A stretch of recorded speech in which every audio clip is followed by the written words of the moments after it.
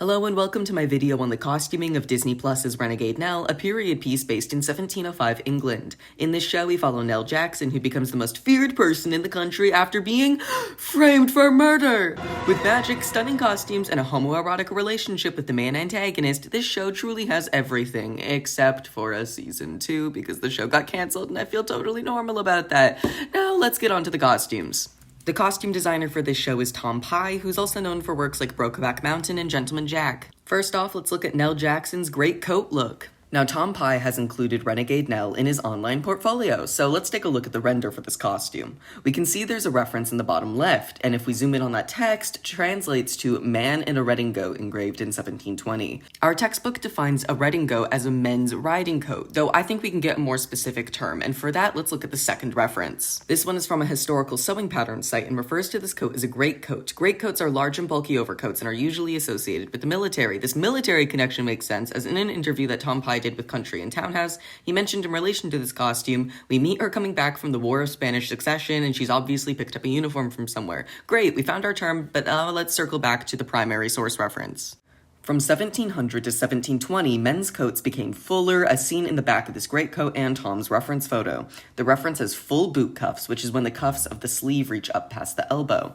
The final coat has shorter cuffs, and I actually have a theory about that being related to the questionable labeling of the engraving, miscommunication, and gender-related bias, but I do not have time to get into that conspiracy. Please ask me about it later. Anyways, the long buttonholes and buttons on the side with the extra-large cuff closed to the back are still representative of this time period, as it was popular into the 1730s, and resembles the reference image. The front closure is also similar, with sets of 2 buttons and gaps between, again with the elongated buttonholes. A fun note is that on Nell's jacket, the buttons have the coat of arms of the United Kingdom on them. There's also the matching attached cape to protect the wearer from precipitation, and the tall collar that can either be buttoned up for further warmth, like in the reference, or worn down like Nell Jackson. It's also worth mentioning that the jacket fitting differently on Nell compared to the reference is that this coat was just picked up, it's not meant to fit her. Now, when it comes to the back of the coat, I was able to find a minor lead from Dan Ashworth, who worked on this coat. He uploaded a video on its creation, including this small image of the back of a woman's riding jacket. I was able to find out that this is from a book called Costume in Detail by Nancy Bradfield. I think that this reference was chosen as redingote is a key term from the other reference, and searching for redingote references will get you both men's and women's clothing. Now, let's move on to the red coat Nell is wearing underneath the greatcoat. This red overcoat is specifically mentioned by Tom in the interview from before. He says, and quote, "We met her coming back from the War of Spanish Succession, and she's obviously picked up a uniform from somewhere. When I was first designing this costume, I took myself off to the National Army Museum in Stevenage and had a really good rummage there. They had this exquisite red jacket that I took a lot of cues from. She wears this with a battered old tricorn hat and feathers that have seen better days, as well as a roll rag around her neck." Now, before jumping to the museum's page, let's look at his costume sketch for this jacket. Wow, look! Those must be the pictures from the jacket from the museum! Wow, it is! This is the jacket of Lieutenant General Richard St. George from 1737 to 1740. I wish I could say I found this immediately, but alas, it took me way too long to remember that reverse Google image searches exist, and now my camera roll is filled with extant redcoats. We can see there are many clear similarities between these coats. The decorated lapels are nearly identical with the embroidery, elongated buttonholes, and buttons, even the embroidered collar. The giant sleeve cuffs are back too, though a bit shorter than on the greatcoat, which makes sense for this British Lieutenant General-inspired uniform. It's hard to see, but the buttonholes and embroidery on the cuffs match as well. They also have matching hook and eye closures, and an interesting note is that on Nell's jacket, the hook and eye closures are alternating. It's hard to see, but trust me, this is a common practice for clothing that will be moving a lot, like for dancers or in theater. But Nell never closes this jacket. So even though we can't see the hook and eyes on the extant piece well enough, I think that Tom Pye is following this reference so closely, it implies that the closures on this extant jacket are alternating too. The glaring difference here is color. Blue has replaced the yellow, and also red breeches have replaced the yellow ones. I have 2 reasons for this. First comes from the other reference from Tom's render. This is a painting from the Museum of Decorative Arts in Paris. The name translates to Portrait of Woman in Hunting Clothing. It's from the 18th century, and the artist is unknown. I think the key note taken from this reference is the color blue. With almost every other aspect being identical to the first reference, there's little need for the second if not for the color. But let's also try looking at this change through a historical lens. The color of the lapel and cuff signifies regiment in British armies during this period. In Renegade Nell, Nell's husband died in the Battle of Blenheim, one of the battles of the War of Spanish Succession. I found this painting depicting the battle, and we can see foot soldiers donning the blue lapels. This is speculative, but perhaps Nell picked up her husband's gear, and this color blue is a hint that he was the captain of a foot soldier regiment. Okay, new outfit. Here Nell is wearing her mother's dress. Her mother dies before the start of the show, but given context clues, we can estimate she passed around 1697 to 1701, which we'll use to identify elements of this piece.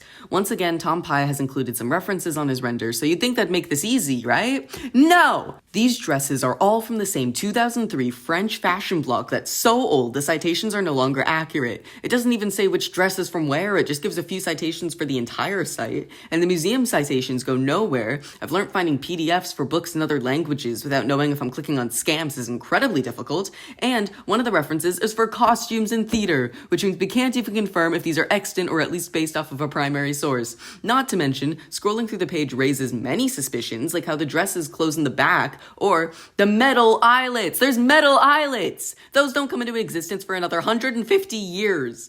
Since this is practically a dead end, I went to find similar pieces instead, though I quickly ran into the same problem Tom Pye did when researching, and that is there is almost no extant garments from the late 1600s and early 1700s.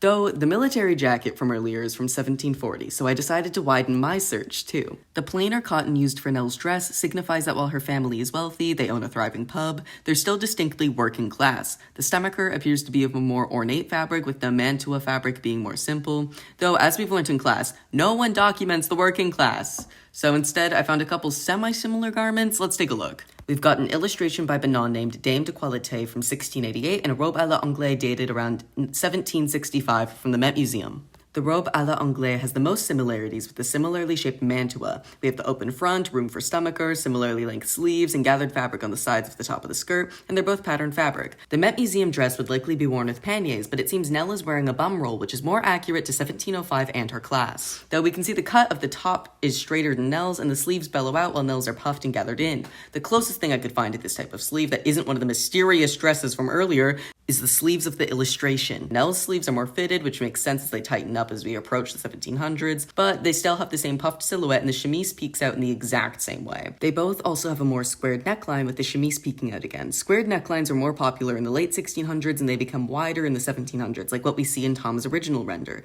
Clearly that neckline did not make the final cut, and I think it's because of the physical demands of Nell's fight scene. Tied to that, there's a closure along the back of Nell's bodice. I believe this is intended to be a mantua and that the closure is for filming convenience, not historical accuracy. But why add a back closure? It's so that the front stomacher can be sewn on instead of pinned. Also, for the fight scene, I think all these changes were made to add more support to the front.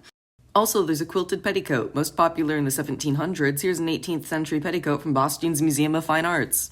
Next up, we have Nell's sister Roxy's costume. She's a working woman who took up a lot of the caretaking for her younger siblings after Nell left. Roxy dresses practically with an apron and second petticoat to protect her nicer one when working. She also has some tie-on pockets and opts for no outerwear, just her chemise and stays. When going out, though, Roxy does add a jacket. In Tom Pye's render, we can see a few references. Let's go through them. First, we've got an engraving from France by L.F. Labrousse. Big fan of the description that says Pinson de bitch. Anyways, second, we've got a French/Dutch engraving by Picard Bernard, and last we have a painting by Jan Joseph Horsmans the Younger, also Dutch. The word paysan has come up a couple times with these, which is the French word for peasant. This makes sense as Roxy is working class. Now let's check out the similarities. Roxy has the most in common with the woman in the bottom right, with their matching tie-on pockets, mob caps, petticoat, chemise, and apron. Roxy's chemise has a gathered neckline, while the woman in the bottom right appears to have lace trim. The sleeves of Roxy's chemise appear to be very close to the sleeves of the woman on the left. They've got the same wider fit that's gathered right at the bottom. The top right reference seems to also have a similar mob cap. Now, let's look at Roxy with her jacket on. While there are some silhouette similarities, overall I wouldn't say these are great references for Roxy's jacket. Instead, I found this one from the Met Museum dated to the 1770s from England. It's dated about 70 years later than the show takes place, but Tom threw a wide net with one of his own references for this costume being from 1797, so I think it's alright. The jackets appear to be almost identical, an incredibly similar neckline and overall silhouette, with the jacket being flat across the torso before bellowing out at the natural waist. They have similar pleating at the bottom originating from the same seams, which I find really cool. The main differences appeared to be at the end of the sleeves, with Roxy's being slightly longer and folded, and the closures where the extant piece is hook and eyes, while Roxy has buttons, potentially a symbol of her working class status, and the finish on the fabric, as Roxy's appears to be at least partially quilted.